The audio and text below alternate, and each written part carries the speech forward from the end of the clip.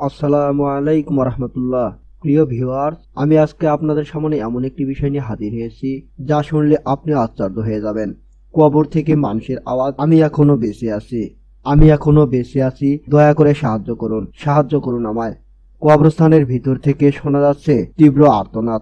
সম্প্রতি পাকিস্তানের পাঞ্জাব প্রদেশে এমনই একটি ঘটনা ঘটেছে।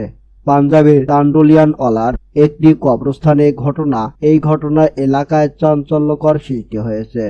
খবরে বলা হয়, কবরস্থান থেকে যে আর্তনাদ শোনা যাচ্ছিল তা মানুষের কণ্ঠের।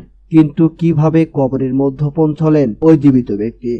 তদন্তে জানা যায়, ওই ব্যক্তি কবরস্থানে গিয়েছিলেন তার কাছের একজনের মৃত্যুতে শেষ শ্রদ্ধা জানাতে।